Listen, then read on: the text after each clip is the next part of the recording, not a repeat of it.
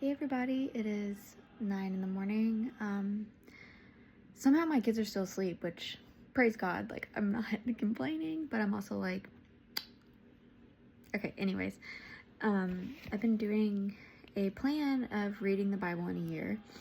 Now, I've slacked off quite a few days. I've been trying to play catch up through Genesis still. And whenever we come to Genesis 24, it's talking about Isaac, the direct son of Abraham.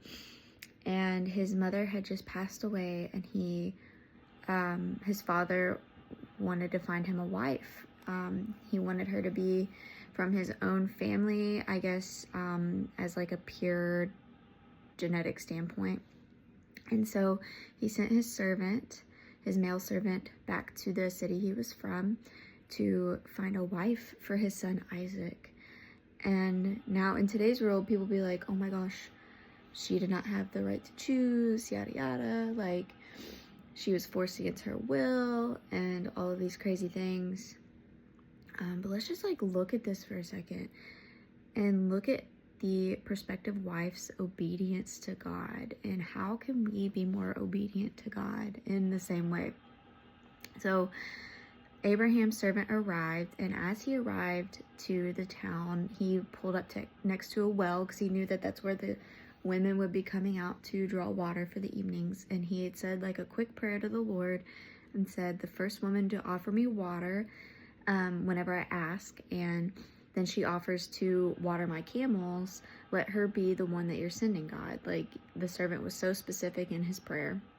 And before he could even finish praying this prayer, Rebecca came out, and she was, I feel like it's Abraham's great niece, something along the lines of that.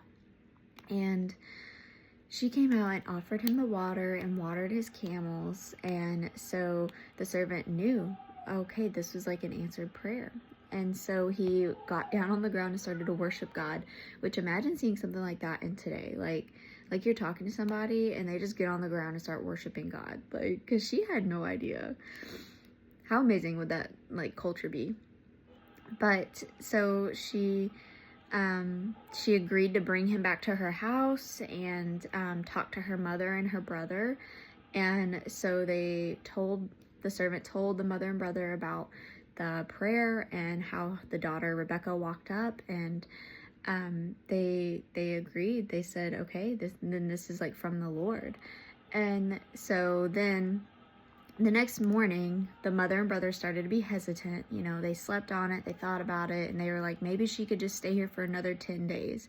I mean, I couldn't imagine, like, my daughter, somebody coming and saying, like, oh, your daughter has been chosen to be the wife of a, basically a prince in a way, because this man lived a very lavish life. And I would be very hesitant. I'm like, no, you cannot take my daughter. I want to know exactly where she is, location on, like, I want to be able to talk to her, like, all of the things of fear. And so they agreed to ask the daughter Rebecca, who I think she was in like her 20s, and she agreed. She said, I will go with them. And so she loaded up on a camel and went, and it said that she brought the woman who nursed and raised her. I'm not sure if that's her mother or if that was like somebody else, but she was just obedient. Like, that just, the obedience of the unknown, like, to God, and not even being fully sure that these men weren't lying, not even being like fully sure that this wasn't some sort of scam to hurt her. Because I feel like in today's world, there's so much fear around that. And like I said, I feel like if somebody walked up to me and they were like, your daughter has been chosen by God, and I'd be like, red flag. I don't know. I believe in God with my whole heart, but like, do I believe God enough to trust the plan that he has for my family and my daughters? And that was something that God kind of has convicted me of. But so she was obedient, and she went and she met Isaac and married him like this before she even knew him. She saw him for the first time. She got off the camel, and Isaac brought her into the tent of his mother Sarah and took Rebecca to be his wife. Like, that is insane to think about. somebody you've never met, somebody you don't even know, like, their birthday, and you just marry them because of God's plan. Like, that's insane. And the obedience that she had to the Lord, the faith that she had in the Lord, that no matter what, like, if something were to happen, she knew that God was with her no matter what. And that is just like, like, she took the risk, and she was rewarded for that risk because she inherited everything that Abraham had.